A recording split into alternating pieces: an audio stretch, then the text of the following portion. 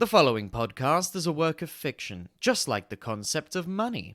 You think those digital numbers in your bank account are going to help you during the end times? I think not. That's why I invest all my earnings into something more concrete. Concrete! It's solid, weather resistant, and can be used to make one hell of an underground bunker.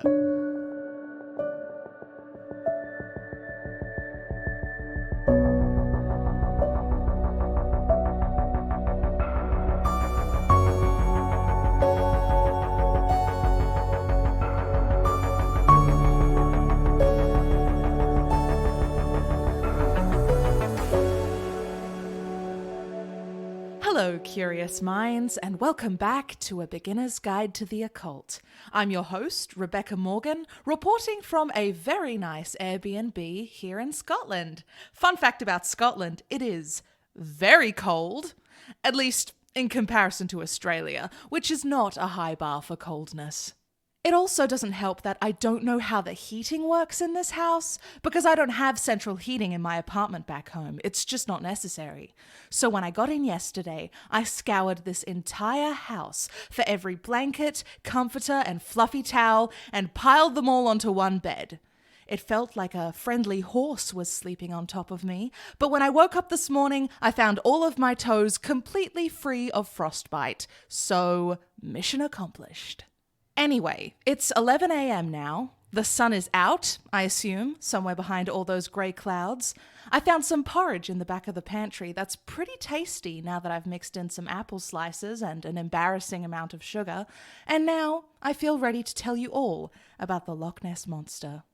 The Loch Ness Monster is a large aquatic creature said to inhabit Loch Ness, a lake in the Scottish Highlands. It's described as having a long neck, flippers, and one or more humps on its back that protrude from the water.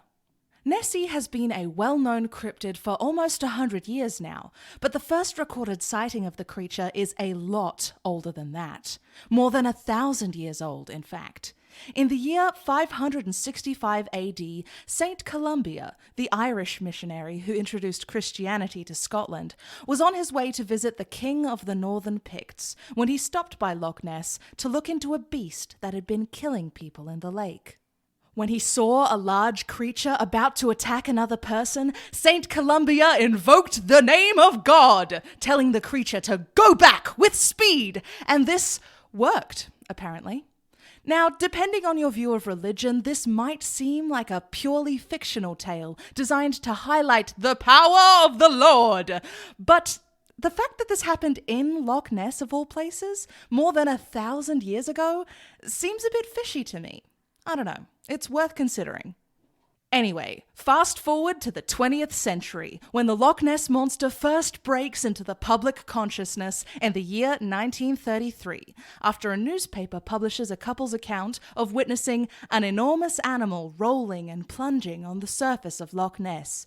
The story was picked up by London newspapers, who sent correspondents to Scotland, turning the story into a phenomenon. There was also a circus who offered a $20,000 reward for the creature, which is twice as much as the bounty on the Jersey Devil, for those of you keeping track. And on the one hand, Nessie is a lot bigger. But on the other hand, the Jersey Devil has wings, and it isn't confined to a lake, so you'd think it'd be harder to catch, right? I don't know. Debate amongst yourselves, I guess. Which cryptid would be worth more money? Who can say? In 1934, notoriously reliable and not at all sketchy newspaper, the Daily Mail, published a photo of Nessie. They called it the surgeon's photo, because it had apparently been sold to them by a physician. The photo was blurry, of course, but clearly showed the head and long neck of a sea creature poking out of the water. But, sadly, this photo was revealed to have been a hoax in 1994. Christian Sperling, then 94, confessed to having built the head and neck and attaching them to a toy submarine. This stunt was pulled out of spite after some injustice pertaining to a previous Nessie hunt. So, as disappointing as this photo is, I find it hard to be mad about someone trying to fuck with the Daily Mail. And yet, ever since that initial report in 1933, amateur investigators like yours truly have been watching the lake, hoping to catch a glimpse of the creature. In the 60s, several British universities launched sonar expeditions to the lake. They didn't find anything conclusive, because when do they ever? But every expedition did detect some form of large moving object underwater.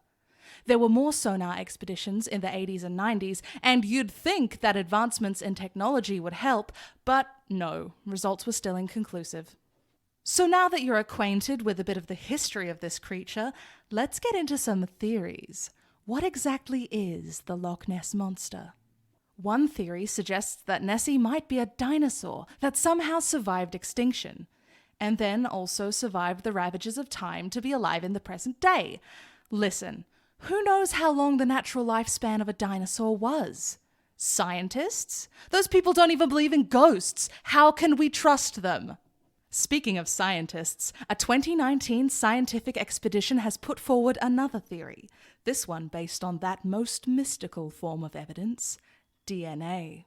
Scientists spent a year combing the loch for DNA to determine what type of creatures lived there, and apparently they found just an absolute shitload of eel DNA. So it's entirely possible that Nessie is a giant eel, which would gel with the description of its long neck, although not with the flippers. Another theory comes from an extremely committed cryptid hunter, Steve Feltham. Steve has literally dedicated his life to searching for the Loch Ness Monster. He became interested as a child when his family visited Scotland and would occasionally take trips back to search for a week or two. But one day, in 1990, Steve decided to sell his house, quit his job, break up with his girlfriend, and move to Scotland to hunt for Nessie full-time. And that's what he's been doing ever since. He lives in a not-so-mobile home parked by the edge of Loch Ness. Well, technically it's an ex-mobile library, but if someone's living in it, it's a home. Steve spends every day watching the lake, selling figurines of Nessie to tourists and hoping to catch a glimpse of the creature. But he hasn't yet. In all these years of observation, Steve is yet to see the beast. And why might that be? Well, according to Steve, the Loch Ness Monster may in fact be a very large catfish.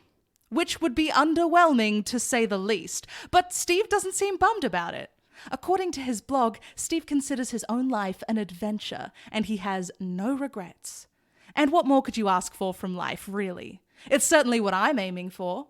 The adventure part I seem to have the hang of, but as for no regrets, well, let's just say I've acquired enough personal demons that they've started talking about unionizing. So given everything I've learnt so far, I honestly don't know what I'm going to find out there. But I'll tell you what I do know. There's something magical about this place. There's a rich and mystical history here. And even Steve talks about feeling some kind of energy pouring off the lake. And with that, I'd better be off. I've got my backpack of investigation essentials, I've got my podcasting gear, and I'm wearing so many layers it's a little difficult to bend my arms. It's time to go monster hunting. Take care, listeners, stay safe, and I'll see you next week to report on my findings.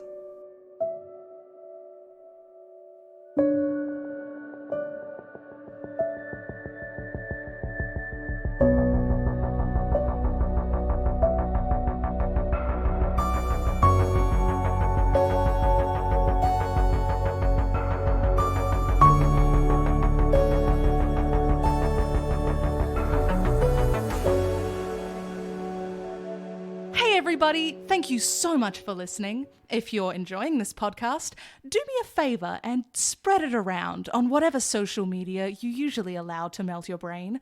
And speaking of social media, you can find my brain cells being slowly absorbed by Twitter and Instagram at Rachel Fukar. Thank you so much for listening. Have a wonderful day, and I will see you next week.